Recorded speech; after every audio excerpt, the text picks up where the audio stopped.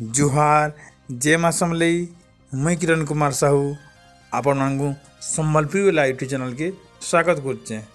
धनुयात्रा अवसर में पलिश्री मेलाटा अंबापाली ब्रिज तले थिबा जीरा नदी रे अछि।